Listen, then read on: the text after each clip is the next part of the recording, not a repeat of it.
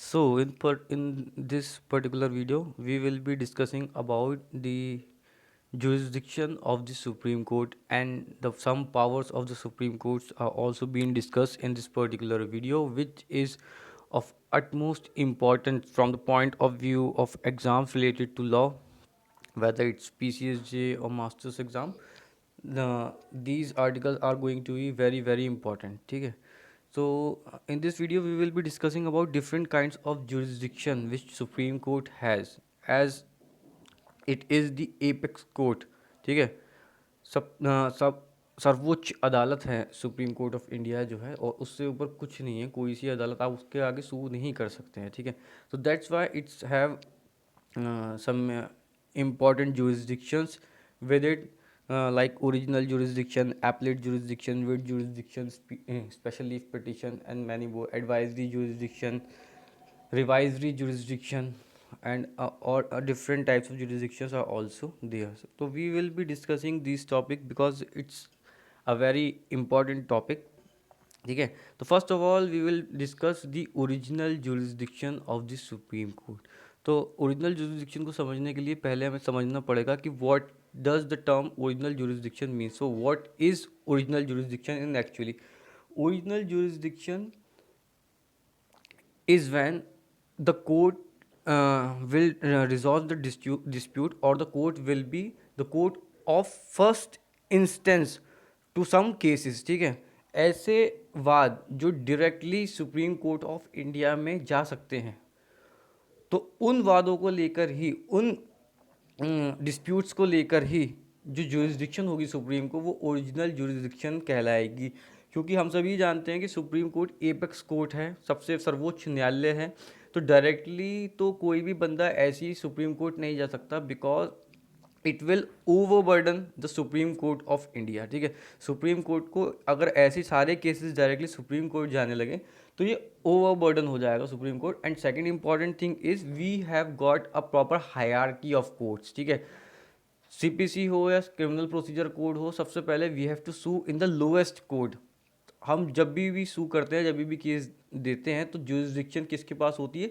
सबसे lowest court के पास होती है. कि भाई जो सबसे लोएस्ट कोर्ट होगा उसी के पास ज़्यादातर ओरिजिनल जुरिस्डिक्शंस होती है when it comes to civil matters, when it comes to criminal matters. ठीक है. तो सुप्रीम कोर्ट एक्ट करता है as a court of appeal. Supreme Court में ज़्यादातर जो चीज़ें डील होती हैं वो अटमोस्ट इम्पॉर्टेंस की डील होती हैं, या तो फिर appeals. Last court of appeal कौन सी है? सुप्रीम कोर्ट ऑफ इंडिया है. ठीक है. तो that we appellate jurisdiction we will discussing later, but the first and the foremost jurisdiction is the original jurisdiction of the Supreme Court of India, when a case can directly come to the Supreme Court of India, or when the Supreme Court of India will act as the court of first instance. ठीक है. तो वो क्या क्या grounds होंगे, क्या क्या conditions होंगे जब सुप्रीम कोर्ट में डायरेक्टली कोई डिस्प्यूट जा सकता है. ठीक है.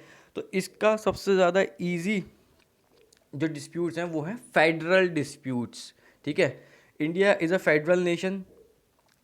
तो कभी भी अगर फेडरल्स के बीच में कोई डिस्प्यूट खड़ा होता है, फेडरल्स के बीच में जब भी कोई डिस्प्यूट अराइज होगा, तो वो dispute directly supreme Court of India जा सकते हैं. उनके लिए first court of instance he supreme Court of India होगा. ठीक है.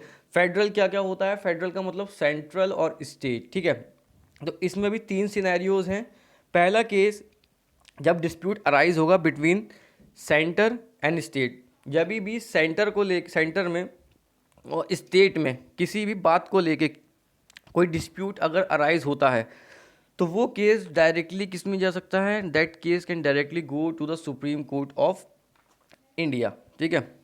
सेकेंड इंपॉर्टेंट थिंग, अगर कभी भी कोई डिस्प्यूट अराइज होता है बिटवीन 2 स्टेट्स, जब भी कोई डिस्प्यूट अराइज होगा 2 स्टेट्स के बीच में, तो 2 स्टेट्स के बीच में अगर कोई मुद्दा होता है, फॉर एग्जांपल मान लो उत्तर प्रदेश और दिल्ली एनसीआर, इन दोनों के बीच में कोई मुद्दा है, या फिर उत्तर प्रदेश और बिहार के बीच में, दोनों स्टेट्स के बीच में कोई डिस्प्यूट अराइज हो रहा है. ठीक है.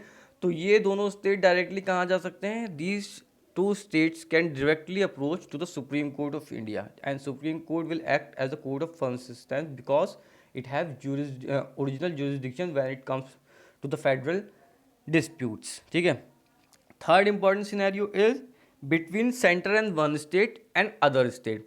जब सेंटर और कोई एक स्टेट या एक से ज़्यादा स्टेट एक साथ हों और कुछ स्टेट्स एक अलग उनके अपोजिशन में हो, तो अगर ऐसा कोई डिस्प्यूट अराइज होता है तो that too can go to the Supreme Court directly, because Supreme Court is a court of first instance when it comes to the federal dispute. ठीक है, तो आई होप समझ में आ गया होगा कि original jurisdiction supreme Court of India की सिर्फ और सिर्फ फेडरल मैटर्स में होती है, लेकिन इसमें भी कुछ एक्सेप्शंस है। ठीक है, हर डिस्प्यूट भी बिटवीन सेंटर एंड स्टेट और between state and state directly supreme court नहीं जा सकता है, उसमें कुछ एक्सेप्शंस भी रखे गए हैं। पहला एक्सेप्शन है व्हेन एग्रीमेंट इज़ देयर।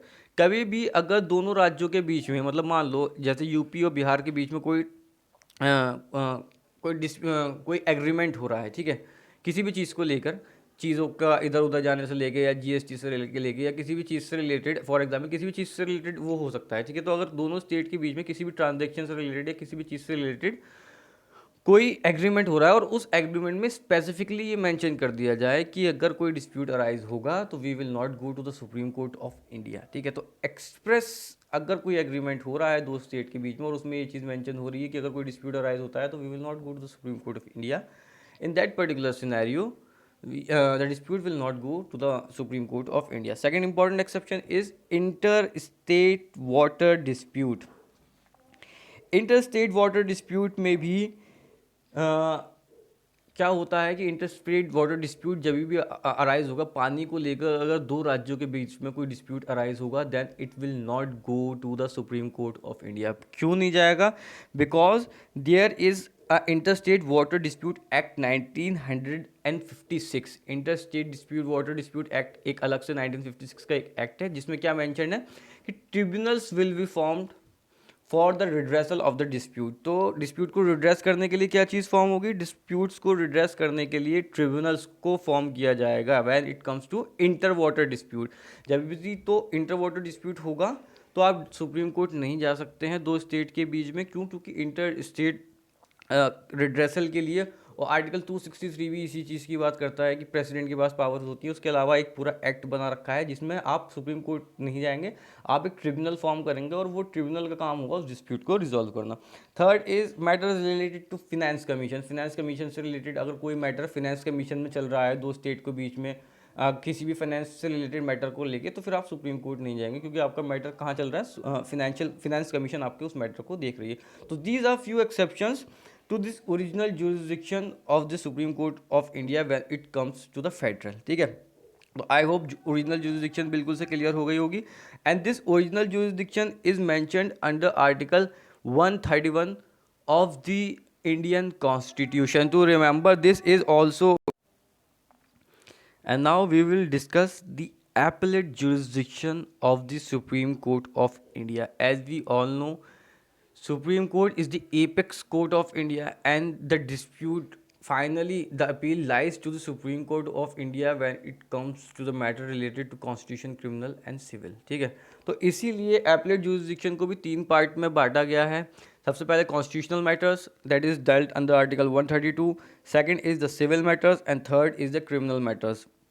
ठीक है, और लास्ट एक और है special leave petition, that we will discuss later when we will discuss these three important things. ठीक है, तो कॉन्स्टिट्यूशनल मैटर्स आर्टिकल 132 में जब भी कोई कॉन्स्टिट्यूशनल मैटर, कोई कॉन्स्टिट्यूशनल केस आता है किसके पास?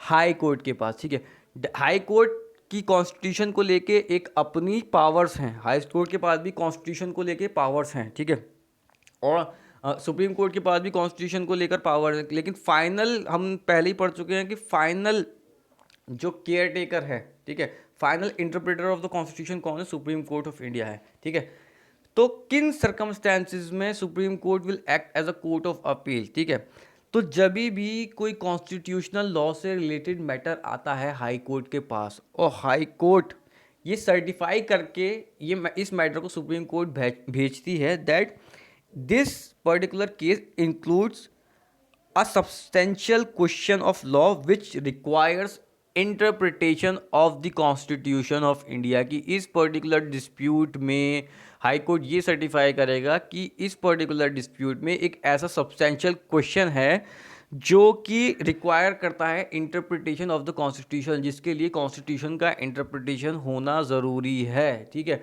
तो ऐसा कभी भी कोई अगर डिस्प्यूट आता है जिसमें कॉन्स्टिट्यूशन का इंटरप्रिटेशन होना ज़रूरी है और हाई कोर्ट ये सर्टिफाई करके भेजता है अपील, ठीक है, तो ऐसे केस में कॉन्स्टिट्यूशनल मैटर में सुप्रीम कोर्ट की एपलेट जुरिसडिक्शन होगी। सर्टिफाई कौन कर रहा है? हाई कोर्ट सर्टिफाइड कर रहा है कि भैया इस डिस्प्यूट में कॉन्स्टिट्यूशन का इंटरप्रिटेशन होना बहुत ज़रूरी है। और इंटरप्रिटेशन कौन करेगा? Interpretation will be done by the Supreme Court of India. तो जब हाई कोर्ट सर्टिफाई करके भेजेगा तो ऐसे मैटर्स में supreme Court will act as an appellate court and thus it is an appellate jurisdiction of the Supreme Court of India, ठीक है। Second important thing is civil matters, ठीक है। Civil matters कौन सा आर्टिकल में आते हैं? आर्टिकल 133 में, ठीक है। अब इसमें क्या होना है? इसमें क्या है? पहली चीज, कभी भी सर्टिफिकेशन कौन देगा? सर्टिफाई हाई कोर्ट ही करता है। सिविल मैटर्स में भी, कॉन्स्टिट्यूशनल मैटर में भी हमने पढ़ा, सर्टिफाई करेगा हाई कोर्ट। सिविल मैटर में भी सर्टिफाई करेगा हाई कोर्ट। जब हाई कोर्ट ये सर्टिफाई करता है कि that this particular case involves substantial question of law of general importance, पहले हमने क्या पढ़ा था? Substantial question of law which need to be interpreted for in which interpretation of constitution is needed, ठीक है। कॉन्स्टिट्यूशन मैटर में तो वो चीज़ हो गई थी, यहाँ पर भी वही चीज़ है, but substantial question of law of general importance, जो कि जनरल इंपॉर्टेंस के लिए ज़रूरी है, ठीक है। यही बात आप जब सीपीसी पढ़ेंगे तो सीपीसी में भी सेम यही चीज़ है कि सुप्रीम कोर्ट के पास अपील तभी जा सकती है जब हाई कोर्ट सर्टिफाई करके भेजता है कि this particular dispute need that this particular case involve substantial question of law of general importance. General importance का कोई सब्सटेंशियल क्वेश्चन अगर आता है किसी डिस्प्यूट में तो हाई कोर्ट सर्टिफाई करके उसको सुप्रीम कोर्ट भेज देता है और सुप्रीम कोर्ट के पास अपील भेजी जाती है। सुप्रीम कोर्ट फिर सिविल मैटर्स में एपलेट कोर्ट की तरह एक्ट करता है, लेकिन सर्टिफाई करके कौन भेजेगा? हाई कोर्ट भेजेगा, ठीक है।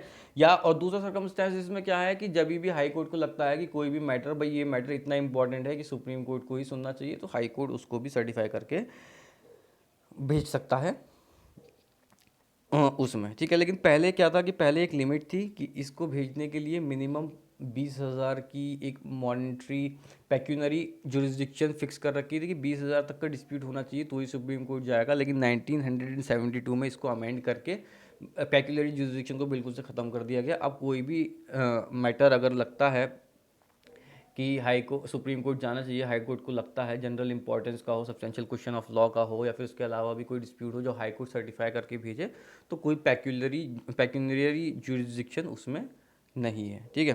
Third and the important thing is criminal appellate.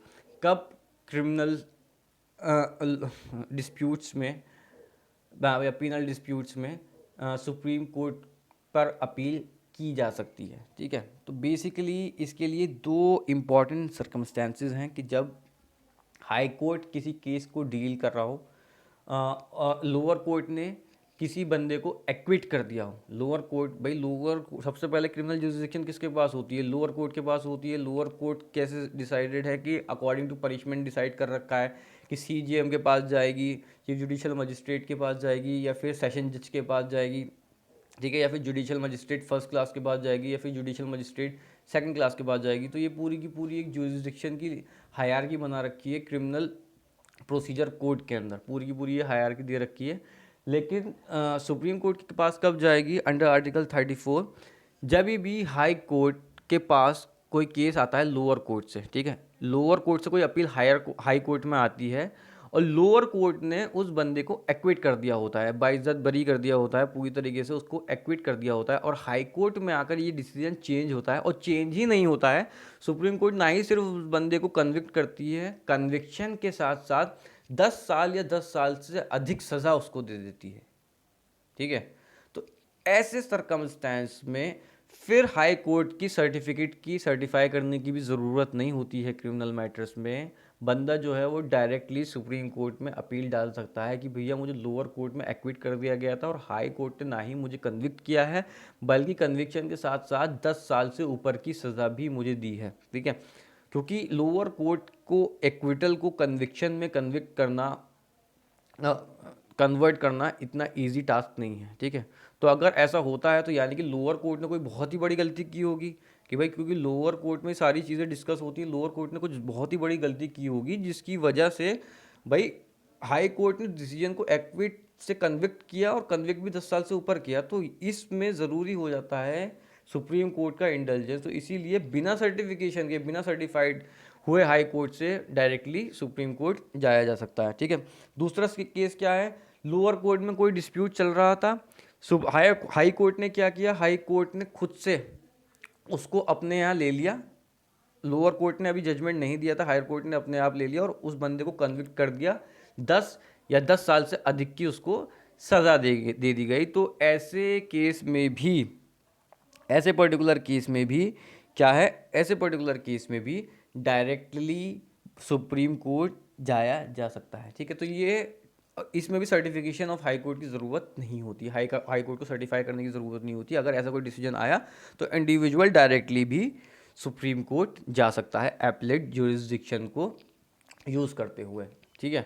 तो ये तो दो सर्कमस्टेंसेस हो गए जब हाई कोर्ट की सर्टिफिकेशन की ज़रूरत नहीं पड़ती, हाई कोर्ट सर्टिफाई नहीं करता है। तीसरा है कि हाई कोर्ट किसी भी मैटर में, क्रिमिनल मैटर में, अगर हाई कोर्ट को खुद से लगता है कि भैया इसमें अपील जानी चाहिए सुप्रीम कोर्ट में, तो हाई कोर्ट खुद से सर्टिफाई करके भी अपील को सुप्रीम कोर्ट भेज सकता है। तो ये 3 सिनेरियोज थे बहुत ज़्यादा important when it comes to the criminal जो एपलेट ज्यूरिसडिक्शन, ठीक है।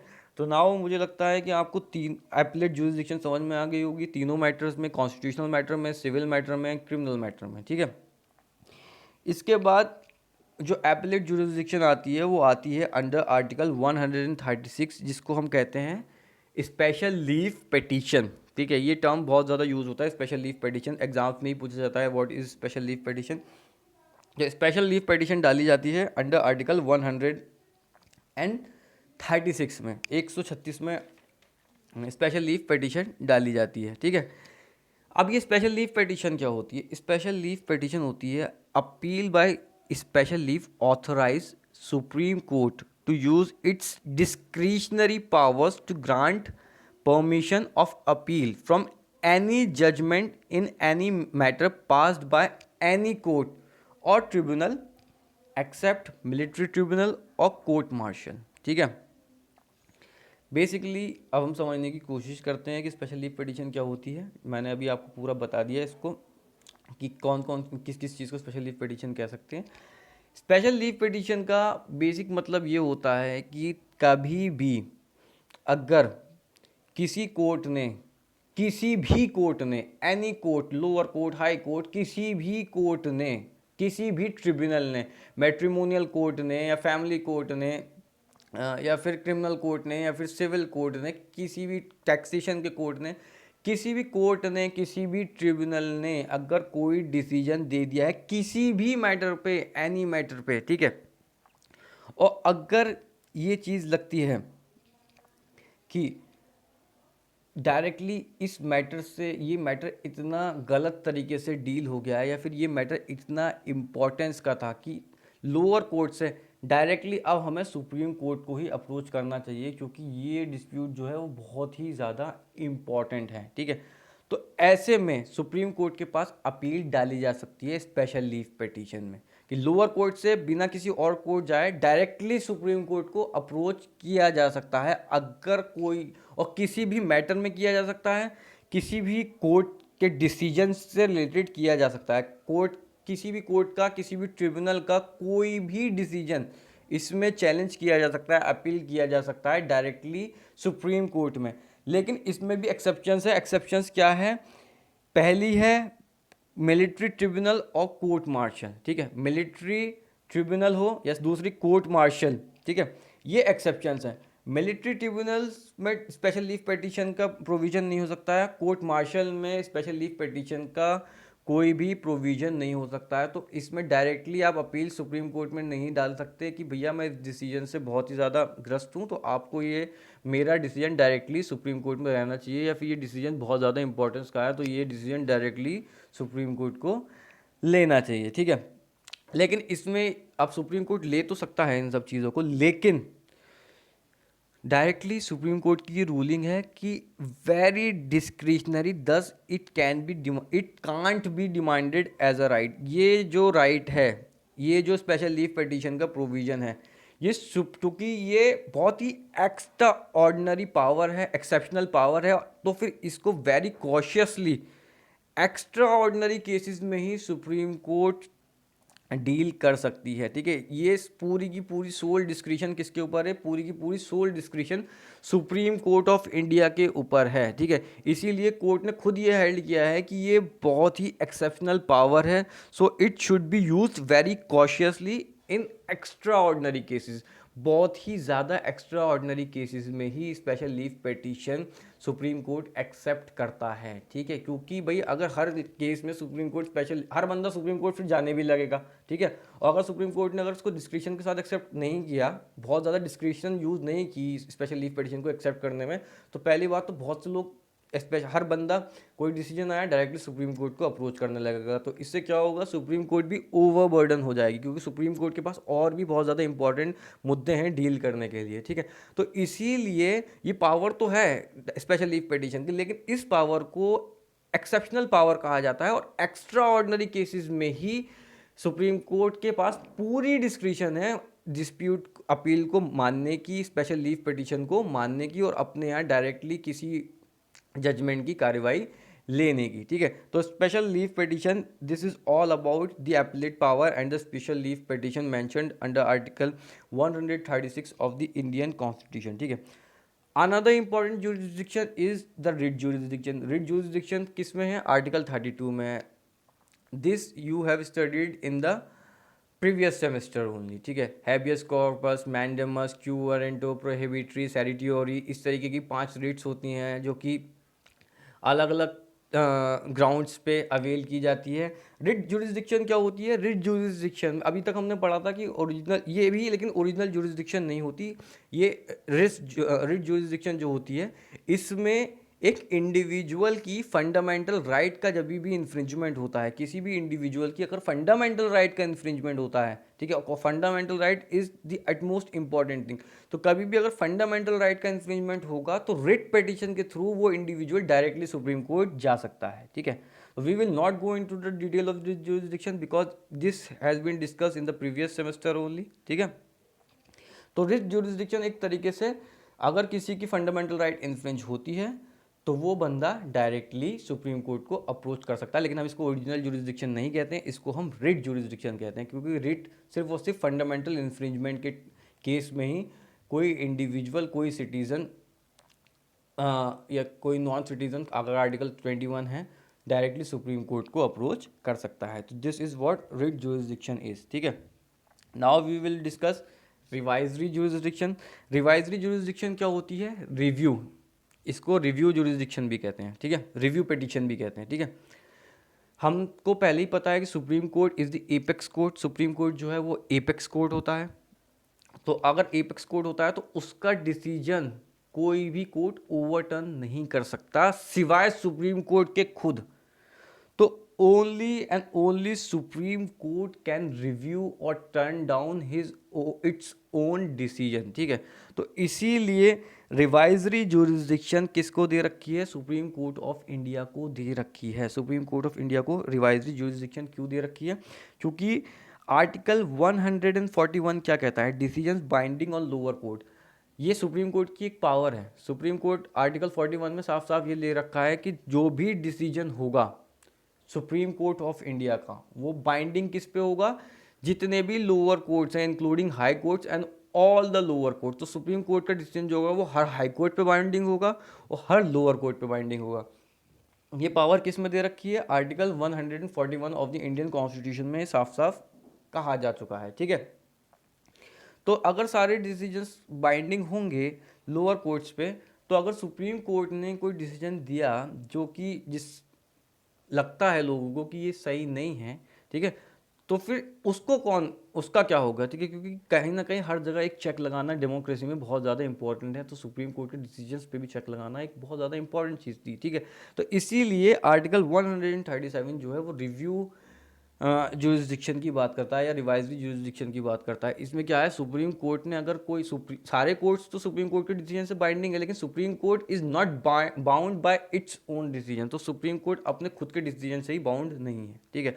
सुप्रीम कोर्ट को अगर लगता है कि इस पर्टिकुलर डिस्प्यूट में या डिसीजन में मुझे अपने डिसीजन को रिव्यू करना चाहिए, तो सुप्रीम कोर्ट अपने डिसीजन को रिव्यू करके कोई और जजमेंट भी पास कर सकता है। तो this is the review jurisdiction.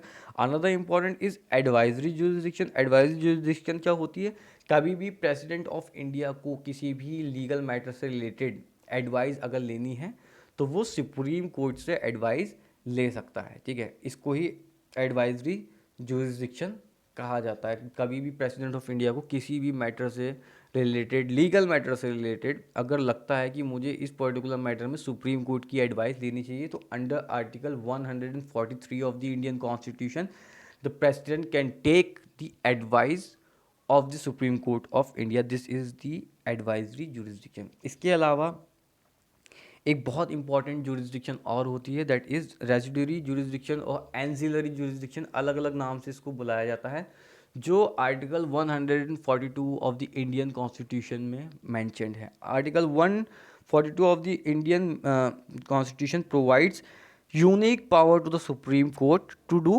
Complete justice between parties, ठीक है, वेयर एट टाइम लॉ और स्टैट्यूट में नॉट प्रोवाइड आ रेमेडी। कभी भी अगर कोई स्टैट्यूट या लॉ नहीं बना हुआ है या फिर अंडर वो बिल की फॉर्म में है और अभी चल रहा है, ठीक है, और कंप्लीट जस्टिस सुप्रीम कोर्ट को करनी है बिटवीन पार्टीज में, तो कंप्लीट जस्टिस करने के लिए उसके पास रेजिडरी या एंजिलरी पावर्स हैं कि वो कोई लॉ अगर नहीं भी है तो भी अपने माइंड को अप्लाई करते हुए कंप्लीट जस्टिस को करने के लिए कोई भी पर्टिकुलर रेमेडी वो दे सकता है, ठीक है।